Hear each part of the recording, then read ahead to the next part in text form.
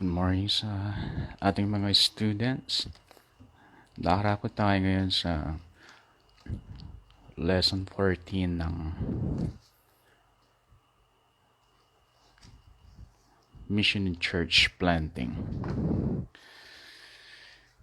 Yun sa the four essential C's of spiritual accountability.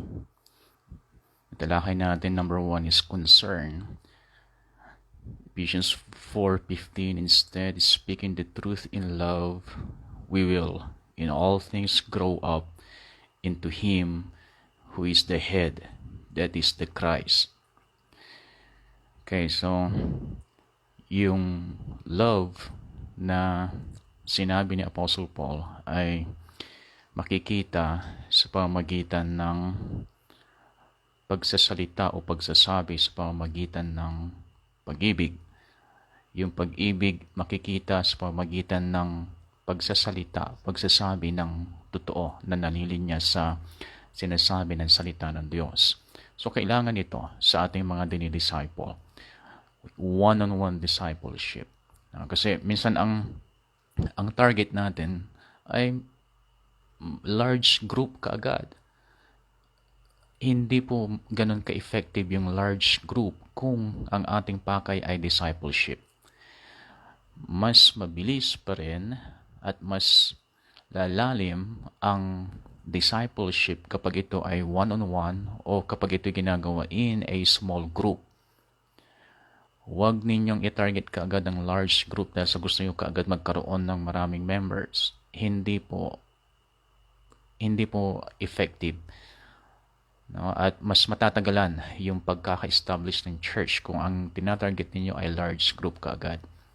Mas maganda kapag small group or one-on-one discipleship. Huwag ninyong intindihin yung maraming time na dilipas na gagamitin ninyo in a small group discipleship or one-on-one discipleship dahil sa habang tumatagal ang panahon, mas makakatipid kayo ng oras kung pinapalalim niyo muna ang spiritual life ng bawat individual. Okay, so kung marami kayong mga small group, marami mga madidisciple, and then kapag may direction na ang Lord sa inyo na i-gather na yung mga disciples, mas mapapadali ang pagkakaroon ng crowd kaysa doon sa isang Bible study na inopen ninyo tapos tinatarget nyo kaagad na magkaroon ng maraming attendees. Kalaunan niya mamumroblema kayo pag hindi nyo i-concentrate sa one-on-one discipleship or small group discipleship. At doon sa ating pagdi-disciple one-on-one or small group, yung kayang-kaya mo munang handalan, makikita natin dapat na mayroon tayong concern sa kanila. The sharpening must be done in an atmosphere of love and concern. Disciplers must be stewards of truth, not of personal prejudices or biases. They cannot be judgmental. Disciplers are not drill sergeants. They should inspire and encourage obedience to God's word, not demand it.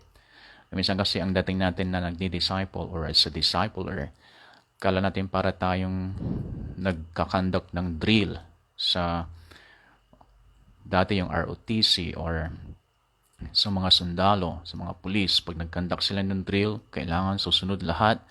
Wala silang choice kundi susunod lahat. Obey first before you complain. Hindi po ganun sa discipleship. Sa discipleship ay ini-influensyahan natin, ini-inspire natin, ini-encourage natin na sila ay mag-obey. Hindi natin yung dinidemand. Pangalawa is commitment to prayer. James chapter 5 verse 16. Therefore confess your sins to each other and pray for each other so that you may be healed. The prayer of a righteous man is powerful and effective. So, ang discipleship ay hindi siya ganun mag-advance, no?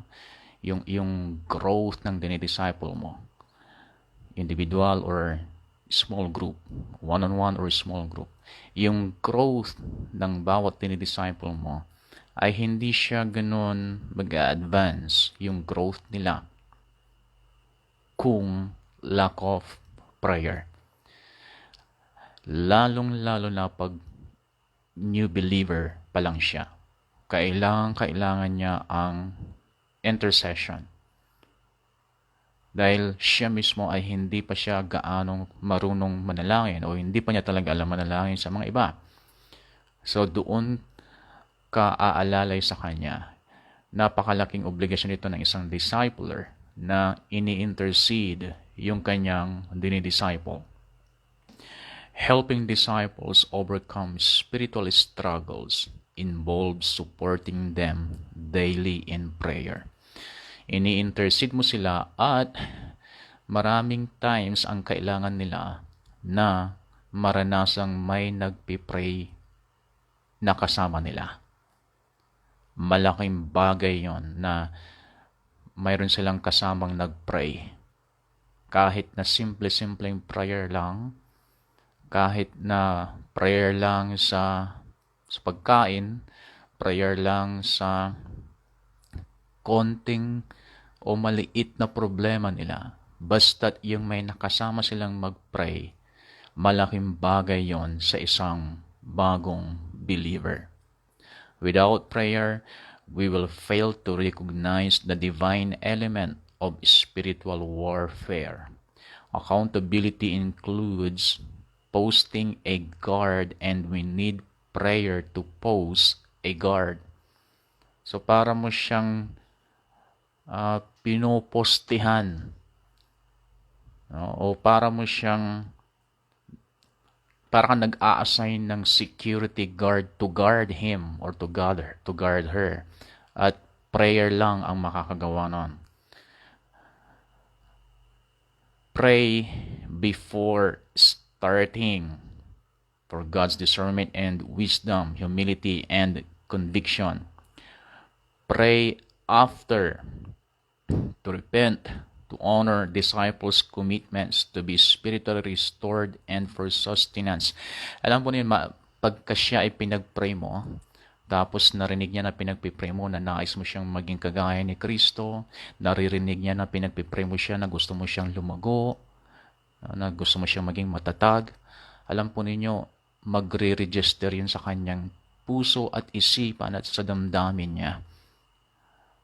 Malaking bagay yun sa pagbilis ng kanyang paglago.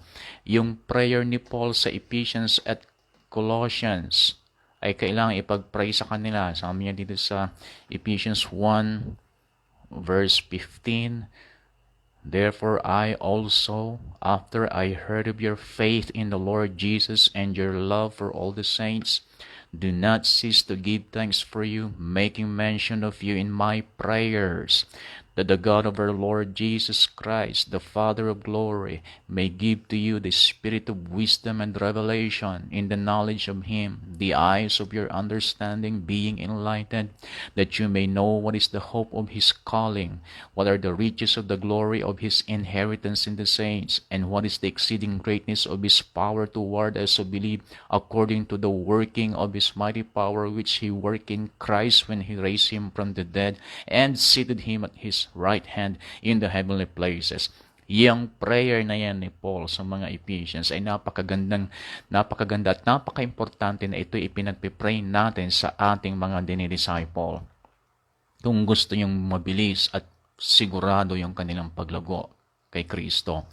Ephesians 3:14, "For this reason I bow my knees to the Father of our Lord Jesus Christ, from whom the whole family in heaven and earth is named, that he would grant you, according to the riches of his glory, to be strengthened with might through his Spirit in the inner man, that Christ may dwell in your hearts through faith, that you, being rooted and grounded in love, may be able to comprehend with all the saints what is the width, length and depth and height, to know the love of Christ which passes knowledge, that you may be filled with all the fullness of God."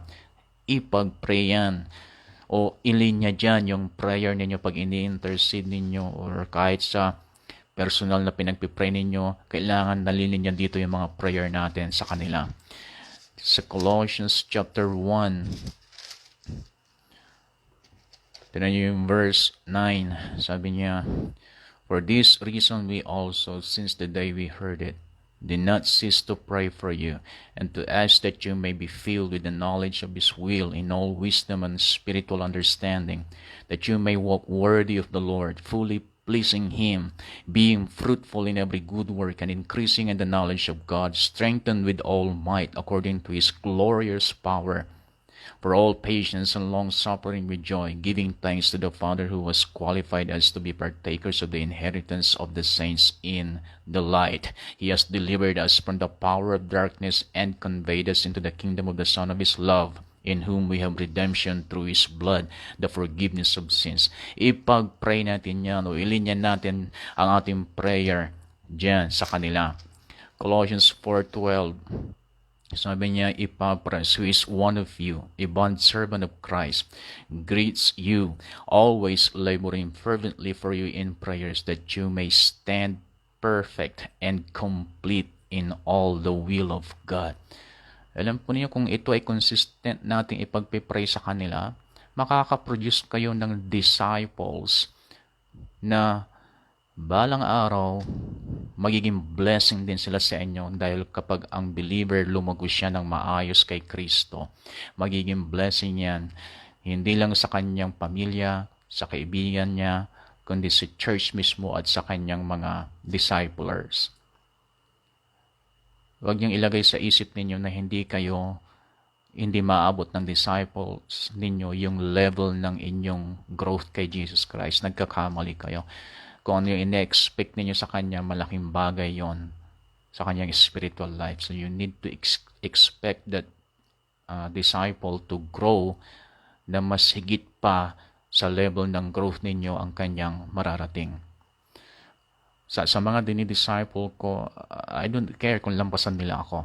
I don't care kung malampasan nila yung aking character and attitude, malampasan nila yung aking skills, talent, gift, yung development ng gift, ng ability, whatever, kahit ano. Ang aking nakikita sa bawat dinidisciple ko, meron silang potential na mas lalago pa ng higit kaysa sa akin. Hindi ko pwedeng limitahan ang pwedeng gawin ng Diyos sa isang Kristiyano. At kahit bagong-bago pa lang siya, hindi mo pwedeng limitahan ang gagawin ng Diyos sa kanyang buhay. Tignan mo sila na pwede silang gamitin ng Lord ng masigit pa sa'yo. At para mangyari yon, yung prayer mo sa kanila dapat accurate. At para makasiguro ka na accurate yung prayer mo sa kanila, yung apat na reference na tininan natin from Ephesians and Colossians, ilinya mo dyan ang prayer mo sa kanila. Masusurprise ka nga dahil mas mabilis pa sa inaakala mo yung paglagong mangyayari sa kanila. Okay? So, next C is confidentiality. Alam po ninyo, kapag nagdi-disciple kayo at nakikita nilang dinidisciple mo sila, ginagabayan mo sila, hindi po sila mahihiya na mag-open ng kahit yung isang sitwasyon ng kanilang buhay na hindi pa nila nasasabi maging sa magulang nila o maging sa mga kapatid at kaibigan nila. Pero sa'yo,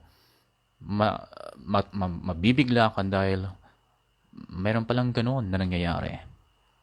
At mabibigla ka kasi minsan wala sa mukha niya na ang bagay na yun ay pwedeng mangyari o nangyayari sa kanyang buhay. Ako nabibigla ako sa mga nangyayari sa mga dinidisciple ko dati. Nabibigla na lamang ako na may ganun palang pangyayari. And then magre-research ako, and then, oo nga, totoo nga, may mga ganun. Pero, hindi ibig sabihin na inopen nila sa iyo yon ay i-open mo rin sa iba. Ang daming mga bagay na nakakasira sa discipleship, at isa na ito, malaking nakakasira ito sa discipleship. Nasisira ang paglago ng isang Kristiyano kasi hindi na pagkatiwalaan yung kanyang discipler. Kasi may mga na-open sa kanya na hindi na dapat i-open sa iba na siya lang yung dapat nakakaalam. Nagtataka yung mga disciples mo kasi alam nila sa'yo lang niya sinabi yun. Pero bakit nalalaman na ng iba? Once na sinabi niya sa'yo at alam mong ang bagay na ito ay confidential, alam mo na ang bagay na ito ay hindi na dapat sinasabi sa iba, pigilan mo yung bibig mo, pigilan mo yung nguso mo. Kasi yung nguso natin ay pwedeng maging tabak na puputol doon sa binild mong relationship sa Kanya as discipler and disciple. Imbis na yung nguso o bibig natin maging blessing sa kanila, nagiging curse tuloy. At ang daming mga potential disciple na pwedeng maging kagaya si Kristo at pwedeng gawin yung mga ginawa ni Kristo pero hindi natuloy kasi sa mga makakating labi ng mga disciplers. Alam po niyo, pag discipler kayo, malaki yung pananagutan mo doon sa dinidisciple mo. So, ingatan natin, kahit gustong-gusto na nating sabihin sa iba, pigilan mo yung labi mo, pigilan mo yung bibig mo.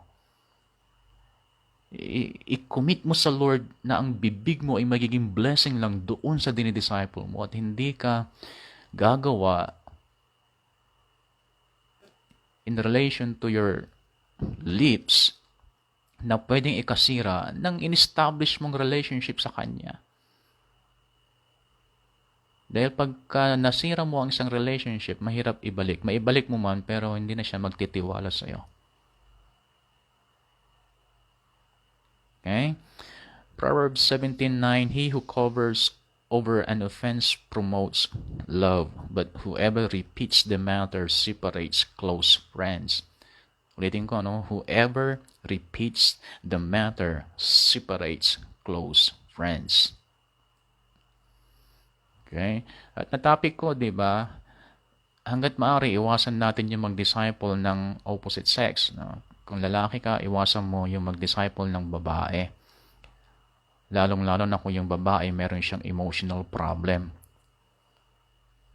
Kasi dito bumabagsak tuloy o ito yung dahilan kung bakit mayroon kayong mga naririnig na hindi ko kasi akalain na mafu-fall ako sa kanya. Hindi po namin sinasadya, pastor. Marami kayong maririnig na ganyan kasi sa una pa lang, violate na yung principle na ito. Okay lang na mag-counsel kayo, okay lang na mag-disciple kayo ng kaparehas ninyo ng gender. Kung sa telepono, social media, pwede, pero pag face-to-face at one-on-one, para hindi ka na magka-problema sa bandang huli, iwasan mo na lang. At kung talagang kinakailangan, hindi ka pwedeng makipagkita sa kanya na kayong dalawa lang. Magdala ka ng kasama mo. Or sabi mo sa kanya na kailangan magdala siya ng kasama niya kung wala kang maisama. Ang daming bumagsak sa ganyan nung nag-boom yung discipleship movement. Ang daming bumagsak sa ganyan kasi nag-iba yung purpose ng kanyang pagdi-disciple kasi nag-take advantage doon sa weakness ng lalaki o weakness ng babae. Kasi may mga ganong babae, dominant sila.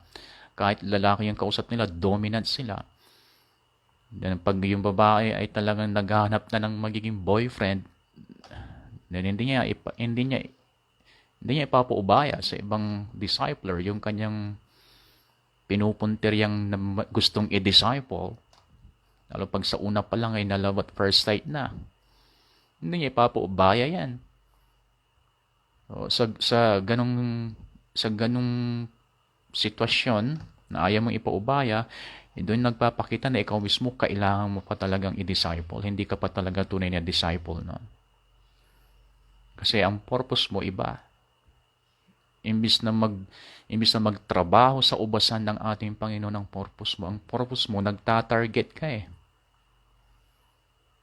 Hindi pagtatrabaho sa ubasan ng Lord yung purpose mo. Meron kang ibang purpose.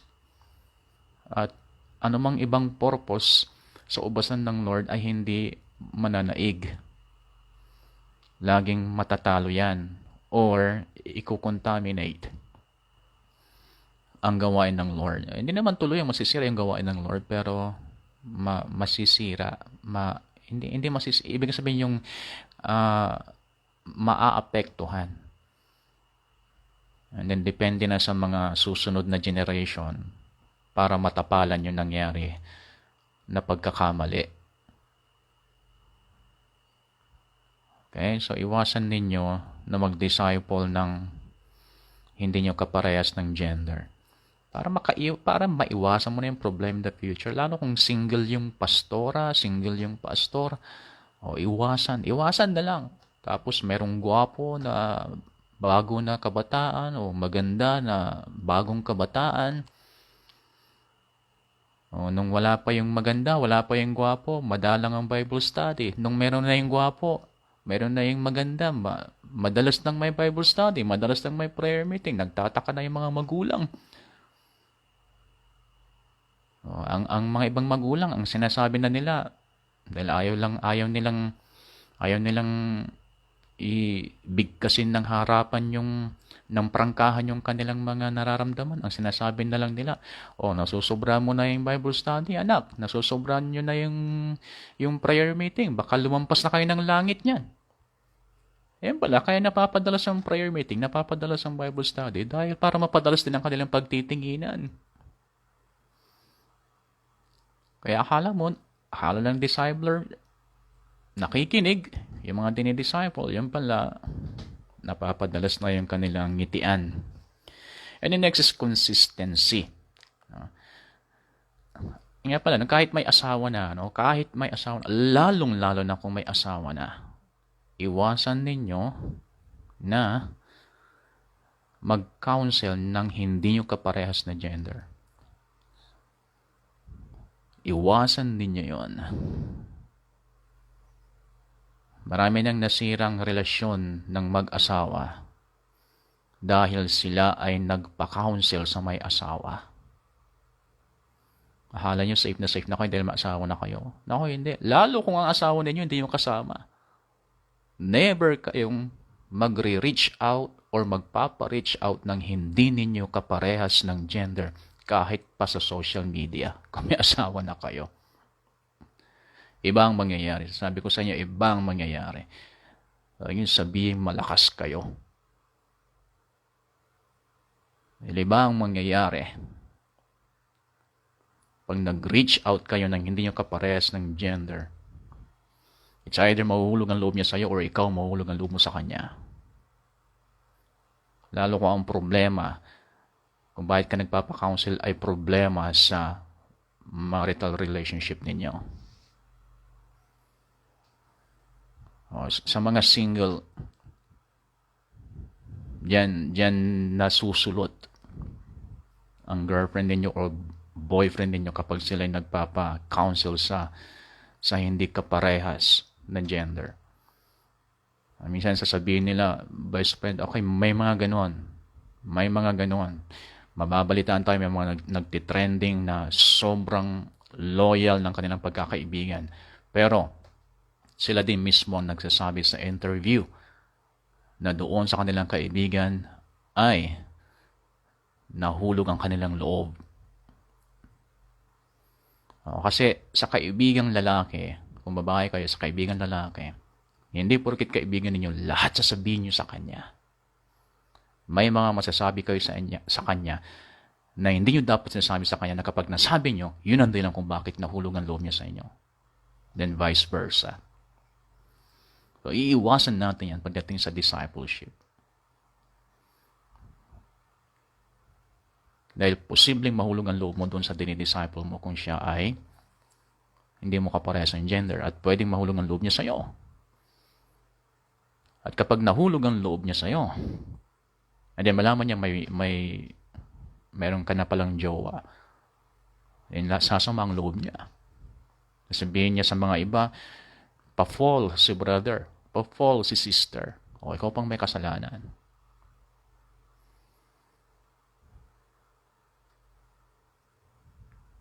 Nalala ko tuloy yung nagkwento sa akin, dinidisciple siya ng isang babae. At yung babae, concern sa kanya. Na-misinterpret ng lalaki, bagong-bago pa siya sa Panginoon. And then nalaman niya na yung babae may boyfriend na pala. Sabi ng lalaki sa kanya, dinidisciple, hindi po ako laruan, sister. Para paglaruan ng aking damdamin, nabigla yung babae. Walang kamalay-malay yung discipler na babae. Ganun na pala ang nangyayari sa kanyang dinidisciple. Di naiwasan sana yung ganun. Buti na lang at yung babae, o yung lalaki na dinidisciple, may nakasalo sa kanya na lalaki magdidisciple sa kanya. At ngayon ay napaka-effective niya sa Panginoon ngayon. At kapag naalala niya yon, ay natatawa na lamang siya sa kanyang sarili, pero siya mismo nagtuturo na sa kanyang mga disciples na iwasan, kasi siya mismo naranasan niya. Iwasan ninyo ang mag-disciple na hindi yung kapareha kasi ganito ang posibleng mangyari. Sabi niya, ako noon, grabe yung kauhawan ko sa Biblia, grabe yung kauhawan ko sa Panginoon. Hindi ko akalain na mahuhulog yung loob ko sa Kanya, pero syempre ganun talaga. Pinagpipray niya ako lagi. Hanggang sa dumating ang time na yung pag-learn sa kanya ay iba na ang dating sa kanya.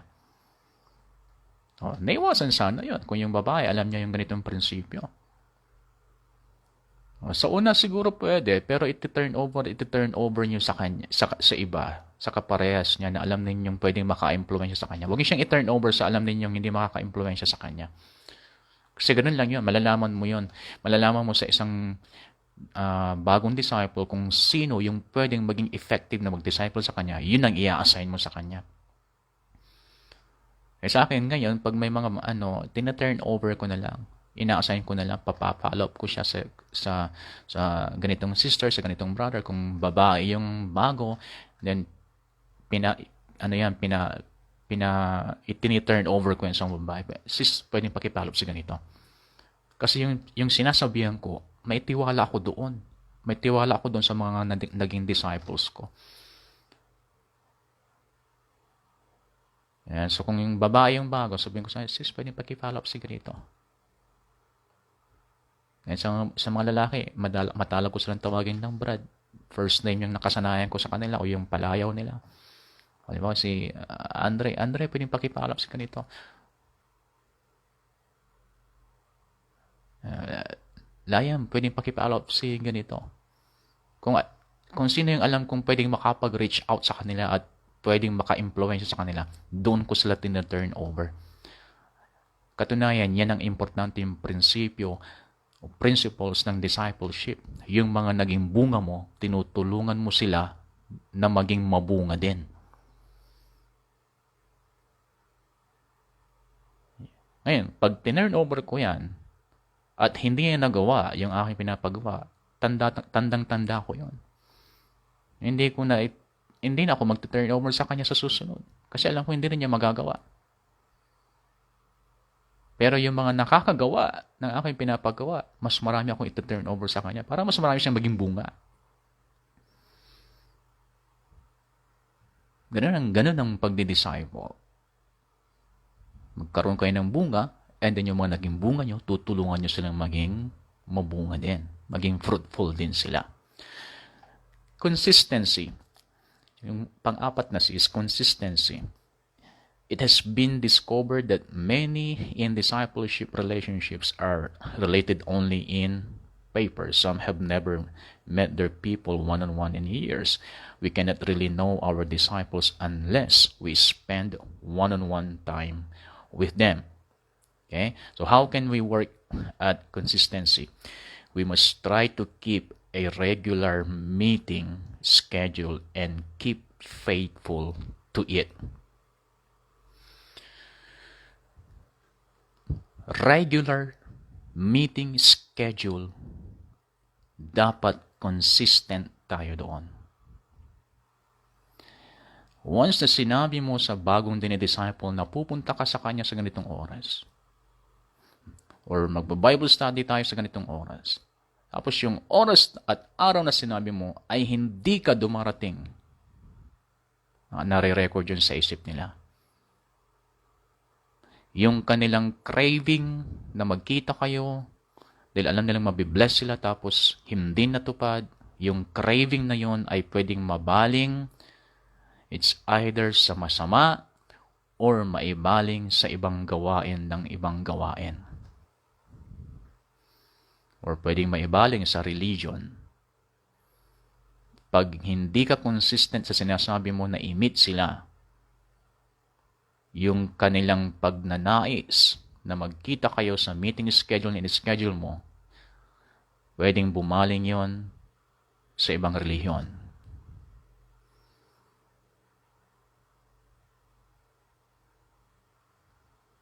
So, dapat maging aware tayo doon. Maging consistent tayo.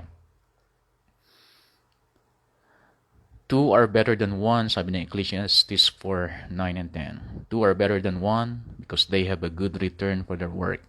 If one falls down, his friend can help him up. But pity the man who falls and has no one to help him up.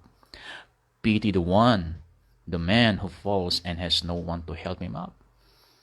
Paano kung yung time na in-schedule mo ay yun yung time na nanlamig pala siya? Kasi bago pa lang yan. Bagong-bago pang Kristiyano yan. It's possible na nag-meet kayo ngayon and then bukas, malamig siya ulit. Bago pa eh. Tapos hindi ka dumating, mas lalamig siya. So how to start a relationship of spiritual accountability? How to start a relationship of spiritual accountability? Number 1, commit to a time to build a relationship with your disciple. Commit. You need to commit to a time to build a relationship with your disciple. Kasi pag wala kang commitment sa time, ang relationship or ang discipleship relationship ay it's a process, hindi nangyayari sa 1, 2, 3, 4, 5 times na meetings. It's a process. The more na nagkukumit ka ng time sa Kanya, the more na nagbibigay ka ng time sa Kanya, the more na nadidevelop yung relationship. Pero pag kulang yung time na binibigay mo sa kanila, hindi ka makakaasa na magiging committed din sila sa kanilang pagiging believer. Kasi bago pa nga lang siya eh. Bago pa lang siya. Sinasanay mo muna siya na magkaroon siya ng lifestyle.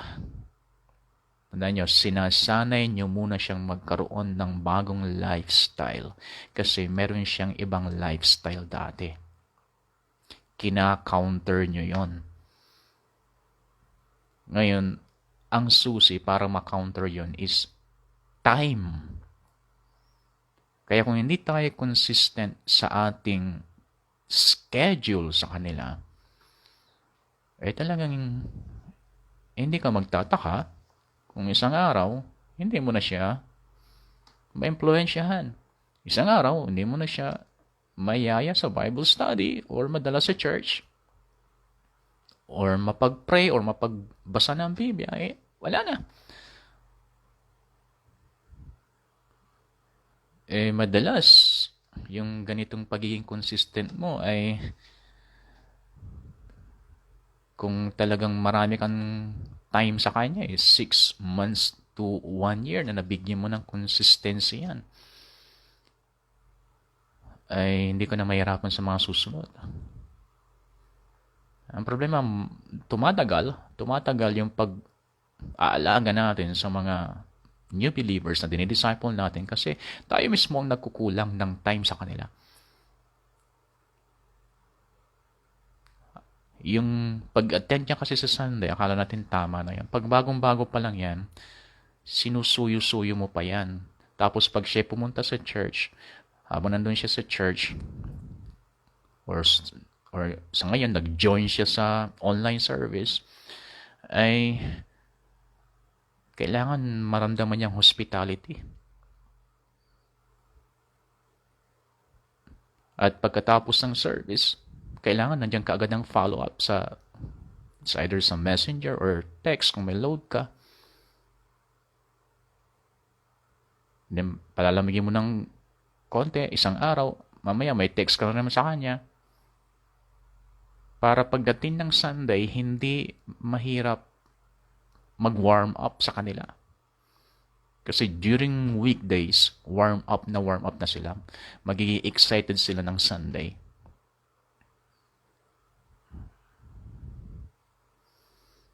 Kaya wag tayong basta-basta maghuhusga muna na mahirap siyang akayin kasi. Hindi, bago mo sabihin yun, ilan ang time na binigay mo sa kanya during weekdays? Yan ang hirap sa atin na nature ng tao eh. Ayaw aminin yung sariling pagkukulang. Tingnan nyo, si Adan. Adan, bakit mo ginawa to? Sinisipa ang Diyos, yung wife na binigay mo sa akin. Tinanong si Eva, Eva, bakit mo ginawa yan? Yung ahas. Ayaw nating umako. Nature ng tao. Yung old self. Ayaw akuin yung pagkukulang. Bakit hindi uma-attend yung mga dinidisciple mo? Kasi talagang mahirap sila na akayin. Hindi. Ilan ang time? Yung time na binigay mo sa kanila. Yun ang sagot noon. Bakit hindi sila kulang ng time, pastor? Kulang ng time, Lord. Kasi yung time ay pagpapakita ng concern sa ating mga dinidisciple. Pangalawa, communicate openly about your expectations. Kailangan mong sa meeting na gagawin ninyo, kailangan sa una pa lang ipinaparamdam mo na sa kanila at ipinapaalam mo na sa kanila yung ine-expect mo doon sa meeting. Sabihin mo na doon sa meeting na yon ay mag-aaral tayo ng Biblia. Doon sa meeting na yun, ine-expect ko na maging uhaw kayo sa pakikinig. And then may mga times sasabihin mo sa kanya, alam mo brad, alam mo sis, ine-expect ko na magiging isa kang effective musician sa church. Kung meron siyang talent sa music, kung meron siyang talent sa pagkanta, alam mo brad, ine-expect kita talaga na maging anointed, effective, committed song leader sa church. Kung meron siyang gift sa teaching, alam mo sister, nakikita ko lang balang araw magiging Sunday school teacher ka sa church. Yan, then obserbahan nyo kung anong dating ng sinabi niya. Kasi pag medyo lumobo yung ulo niya, alam mo na kung ano yung i-workout mo sa kanya. Uunahin mo muna character. Hindi muna yung blessing. Hindi muna yung faith. Hindi muna yung how to have a favor with the Lord.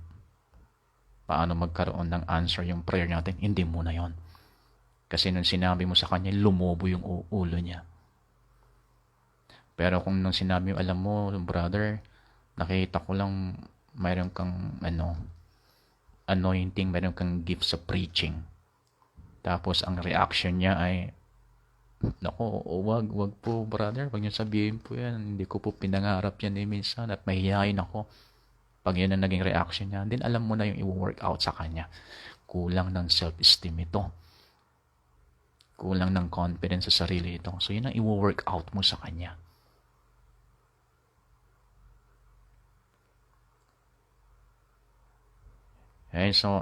Pero mas maganda talaga na nasasabi mo sa kanila yung ine-expect mo. Lalo unang-una, yung masabi mo sa kanya, ine-expect ko na magiging uhaw ka sa Biblia. Kasi ang Biblia yung nambabago sa buhay niya. Sabi mo sa kanya, alam mo ba, ine-expect ko talaga na Kahit hindi kita kasama, ina-expect ko na nanalangin ka. Malaking bagay yon. Malaking bagay yon. Ina-expect ko, brad, alam mo, kahit bagong-bago ka pa lang ng Kristiyano, ina-expect ko na makakayanan mong labanan ng tukso. May mga times na kapag sinabi mo yon, hindi mag-o-open sila ng kanilang mga struggle. Kapag nag-open na sila ng kanilang struggle, pwede mong i-relate yung naging karanasan mo. Pag ganun, nangyayari na yon sa isang bagong believer na dinidisciple mo, then nangyayari na nga ang discipleship. Dahil ganun talaga. Pag wala yung mga ganun nangyayari, mahirap mag-disciple. Hindi siya magiging open sa'yo, hindi ka magiging open. Which is, papunta tayo dun sa next. Create an atmosphere of mutual transparency that allow for maturity and necessary change. Alam po ninyo, kapag lumalago yung mutual transparency, kapag lumalago yung relationship ninyo as discipler and disciple, lumalago rin yung vulnerability ng bawat isa. Alam niyo kung bakit? Kasi the more na nag-o-open ka ng iyong buhay sa isang tao, then nagiging vulnerable ka. So, it takes trust to do that. Kaya ito advice ko lang sa mga discipler kapag nag-decide kayo mag-disciple. Ang iyong i-open doon sa dinidisciple mo ay yung pwedeng makarelate sa kanyang current or present situation. Hindi ka pwedeng mag-open nang hindi pa niya matitake. Kasi baka yun ang dahilan kung bakit siya mas lalong magpapaalila doon sa kanyang present struggle. Kapag ikaw ay nag-open ng mga struggle mo na hindi pa niya kayang kagatin, hindi pa niya kayang i-bear. No? So, halimbawa, ang kanyang struggle na inopen ay meron siyang problema pagdating sa pera. Pag nakakakita siya ng pera, gusto niya mapasakan niya yung pera at gagawin niya lahat ng kanyang magagawa para makuha yung pera. May mga ganon. At sa akin, meron akong mga na-disciple na ganon. Pag nakakakita ng pera, gusto nila yung pera makuha nila. Okay? Ngayon, pag nag-open siya ng ganon, hindi mo pwedeng i-open yung mga karanasan mong mas grabe pa doon sa kanyang sinabi. Kundi ang i-open mo sa kanya, mo, sister, brother, yung kinikwento mo, sa katunayan, naranasan ko yan. Tapos ikwento mo yung related doon sa kanyang kinwento sa'yo na halos magkaparehas. O kung wala kang karanasang ganon, then mag-isip ka ng kakilala mo na may ganong problema. Kung wala talaga, then dapat alam mo sa Bible kung ano ang sinasabi ng Bible tungkol sa kanyang inopen na yon. Kung wala ka alam na scripture, then sabihin mo sa kanya ng prangkahan, mali yun. At ang kaisipan na dumarating ay nanggagaling kay Satanas. So yun ay temptation sa'yo. Yan. Pero ako'y naniniwala na ang nararanasan mo yan ay marami ring taong nakakaranas ng ganyan. At marami rin ang nakaka-overcome. Ang mga iba, marami din hindi nila na-overcome. Pero sa mga iba na naka-overcome, ay nagpapakita yan na kaya mo, lalo na't ikaw ay tumanggap na kay Kristo. Si Kristo nandiyan na sa puso mo. Ang kanyang Espiritu nandiyan na sa puso mo. Tinutulungan ka niya, pinapalakas ka niya para i-overcome yung mga ganyang bagay. Hindi yung aalamin mo lang detalye para meron kang ma-chismis sa iba na ganun pala siya. Hindi mo akalain. Ang ganda-ganda niya, ang gwapo-gwapo niya. Ang tahimik niya, tapos ganun pala yung kanyang mga struggles. Hindi, normal lang yan. Normal lang yan sa lahat ng mga madidisciple nyo, may mga sekreto yan. Tulad mo din. Minsan kasi pag tayo umasta Para bang tayo perfect na wala tayong mga struggle, na wala tayong mga sikreto. Yun ay pagiging ipokrito. Pag kayo nag-disciple, madidiscover nyo yung sikreto ng marami.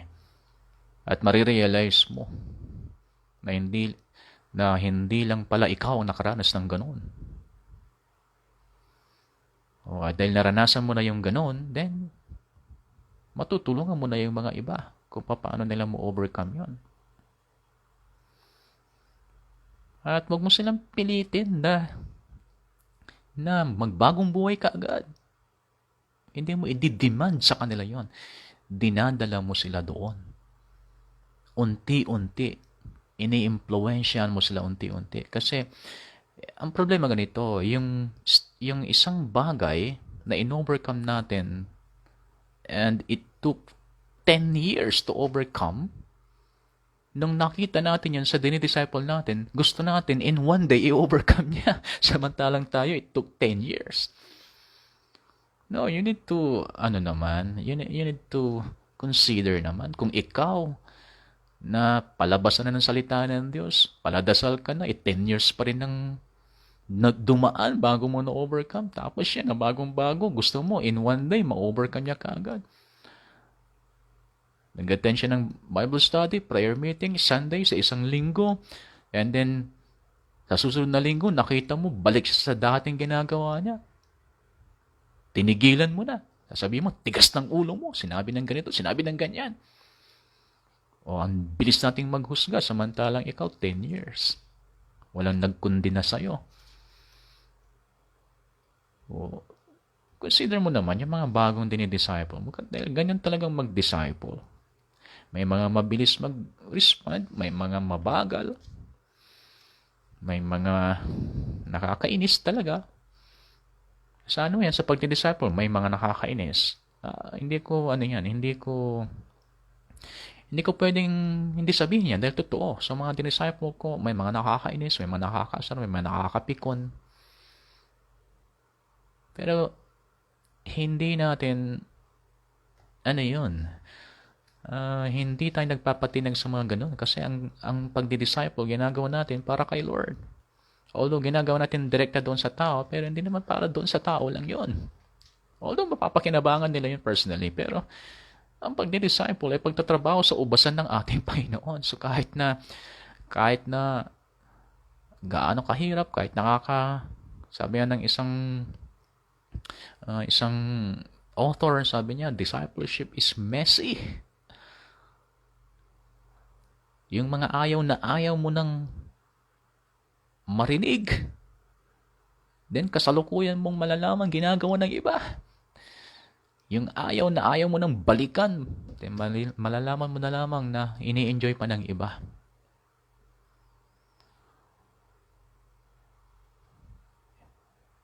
Kaya it's messy talaga. So, eto may mga katanungan na relationship building is a process, sabi ko kanina, which takes time. When time is invested, trust will grow, not only the trust, but the vulnerability. Okay, so, ulitin ko, wag kang mag-o-open nang hindi pa niya kayang i-take. Dahil baka, mabilaukan siya. Baka ma-choke siya. Problema dyan, kung hindi pa na-build ng husto, hindi pa nag-grow ng husto yung relationship ninyo mismo, then yung inopen mo sa kanya, baka siya ang mag-chismis sa iba, sira ang reputasyon mo as a discipler. Hindi masama na maging vulnerable ka, pero hindi naman yung naging vulnerable ka kasi masyado kang open sa kanya. You need to trust your disciples. Pero you need to be careful. Dahil Naobserbahan ko na marami mga disciplers nasaktan kasi yung kanilang mga dinidisciple, masyadong maaga sila nag-open ng mga bagay hindi pa nila dapat ino-open. May mga times siguro mga 5 to 10 years nyo silang dinidisciple, so siguro mapagkakatiwalaan na yan. Then, pwede na kayong mag-open ng mga bagay na pwedeng makarelate sila, na pwedeng makatulong sa kanila na i-overcome din. Okay? Pero you need to discern the times or the time. You need to discern the right time na i-open sa kanila ang isang sitwasyon. Hindi ko sinasabi to para i-open ninyo ng lahat-lahat na. Hindi. Magsisisi kayo sa bandang huli. Ang isang tao, hindi mo pa masyadong kilala. Kahit araw-araw mo siyang kasama. Hindi mo pa masyadong kilala yan pag hindi pa nasubok ng panahon. Pag nasubok na ng panahon, doon mo makikita na, ganun pala siya. Ganun pala siya. Ganito pala siya. Yan, so, katunayan, may mga dinidisciple ako na 5 years may gitna na hindi ko pa nasasabi sa kanila mga iba na nasabi ko na sa iba. Yan, so, kasi you need to discern the time and you need to discern the people kung right time na ba na i-open sa kanila isang bagay na makaka-relate sila doon sa kanilang present situation or present struggle. Kasi ako'y naniniwala lahat ng naranasan nyo, lahat ng mga naranasan nyo sa nakaraan, magiging piyesa yan. Magiging piyesa yan sa pagtulong ninyo sa ikalalago ng iba. Hindi hayaan ng Lord na masasayang ang lahat or masasayang kahit isang naranasan ninyo. Although hindi si Lord ang gumawa noon, nahayaan niya kasi hindi niya pwedeng kontrolin yung ating kalooban at kagustuhan. Pero bagamat nangyari sa atin ang isang bagay na hindi maganda, magiging piyesa pa rin yun because all things work together for good. Magiging piyesa pa rin yan para matulungan ang iba. Pero you need to be careful. Kailangan mong ma-discern, malaman ang tamang tools sa specific na sitwasyon. Kasi hindi lahat ng gagawin mo, martilyo ang kailangan. Hindi lahat ng gagawin mo, lagari ang kailangan. May tamang gamit ang lagari, martilyo at ang mga iba pang tools. Magkakaproblema kung ginagamit mo ang martilyo sa pagtanggal ng gulong ng sasakyan. Magkakaproblema yan. So, ito yung mga katanungan na dapat mong malaman ng kasagutan sa mga iba at kung sakaling ito yung tanong nila, then kailangan malaman nila ang sagot. Number 1, how is your relationship with God today? Napaka-importante. How is your relationship with God today? And then, i-relate mo din yung sayo. How is your relationship with God today? Kailangan sa conversation ninyo, dapat pinupuntirya niya ang kasagutan dyan doon sa dinidisciple mo. And then, sa'yo, inire-reveal mo sa kanya kumusta ang relationship mo sa Diyos ngayon. Okay? Pangalawa, what have you read in the Bible in the past week? So, sa conversation ninyo, inaalam mo yon. Ano mga scripture verses ang binasa mo last mga nakaraang linggo? And then ikaw din, i-reveal mo yon. Alam mo sis, mga nakaraan, binabasa ko nga yung Philippians 4:13 kasi kailangan ko dahil sobra-sobra yung ginawa ko last week at parang nanghihina ako. So, binalikan ko yung Philippians 4:13. Then, lumakas ako. Sa'yo sis, sa'yo Brad, ano mga nabasa mo ng mga nakaraan? Mga ganang style, di ba? And then, what has God said to you in this reading? At alam Brad, nung binabasa ko yung Philippians 4:13, parang may nagsasabi sa akin na huwag kang magtiwala sa sarili mong kakayahan. Alam mo, si Lord nagsasabi na. Sa'yo, sis, sa mga nabasa mo nakaraan, palagay mo, ano yung mga pinarating ng Lord sa'yo? Ganyan mga combo. Then, where do you find yourself resisting Him these days? Maaaring kwento mo, alam mo, brother, sa totoo lang sa araw na ito, alam ko kailangan kong mag-pray.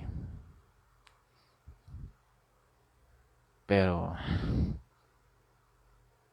sa demand ng aking trabaho, hindi ko nagawa. Pero, nag-repent din kaagad. Doon sa aking trabaho, nung may break time, nang ginawa ko ang aking makakaya to repent, dahil niresist ko siya sa kanyang leading sa akin na I need to pray. Then, na-refresh ako sa timeless during break time. Sa isis, sa palagay mo, anong pangyayari sa buhay mo ngayon, sa araw na ito, na sa palagay mo ay medyo na-snub mo si Lord? Ano mga ganang conversation? Simple-simple conversation pero magko-cause ng growth. Mag-open na yan pag ganyan ng mga katanungan sa kanila. I-relate mo yung sa buhay mo, then tatanong mo sa kanya, how about you? Yan, magko-cause ng growth yan. Hindi mo napapansin yan. Pero ma-realize mo na sa ganung mga conversation pala, mga simpleng conversation, mag-cause ng growth sa kanila in the future. Then, what specific things are you praying for in regard to yourself? O dapat itinatanong mo din yun para alam mo yung maagrihan mo sa kanya. At kahit paano, magpa-agree ka sa kanya, sa prayer mo. Para kung yung prayer mo ay nagkaroon na ng manifestation, then pwede mong bigyan siya ng credit. Pwede mong sabihin sa kanya, Brad, salamat kasi yung pinag-agreehan natin, answered prayer na, nag-manifest na. Nakita ko na, naranasan ko na. O kahit na simple lang yung pag-agree niya sa'yo, proud yan kasi yun nga, nabigyan mo ng credit. Yan, at syempre sa kanya, bagong-bago pa lang yan, so hindi pa niya alam kung ano mag-claim ng promise ng Lord. So mas maganda pag tutulungan mo. At wag mong ibigay kaagad. Kasi minsan ginawa ko yon. Tinanong ko kung ano yung pinagpe-pray para sa sarili niya. Hindi na nalaman ko. Dahil alam ko meron sa akin yung kanyang hiningi. Binigay ko kaagad. So hindi na siya, binigay ko sa kanya nang wala ng kahirap-hirap. Ay may disadvantage pala yon. Kasi dapat pala ang bagong Kristiyano, mararanasan niya yung struggle. Kasi mas doon nila nakikilala ang Lord. Mas magkukause pala ng growth sa mga bagong believers yung may struggle na hindi mo sila tutulungan kaagad kasi mas matututunan nilang magtiwala sa Lord. Ang importante doon ay aalalayan mo sila. Akala ko noon, pag wala kang may offer na physical or material or financial, akala ko baka matatabangan sila at mas hindi na sila magpapatuloy kasi walang nakukuha. Mali pala. Naobserbahan ko tuloy doon sa mga hindi ko nabibigyan ng financial help dati. Mas sila pa yung lumago ng mabilis kaysa doon sa mga lagi kong nabibigyan ng material help or physical or financial help. Kasi yung mga hindi ko nabibigyan ng financial help, mas natutunan nilang magtiwala sa Lord. Sa mga natatanggap pala nila na mayroong struggle spiritually, kumpara doon sa mga natanggap nila kaagad ng walang kahirap-hirap, mas madaling lumamig. Yung mga ganoon. Kumpara doon sa mga nakaranas ng struggle. So, wag niyong isipin na kung wala kayong maibibigay ay hindi sila magpapatuloy sa church. Mali yun. Maling kaisipan yun. Ang magpapatuloy sa church ninyo, yung mga talagang naalalayan ninyo.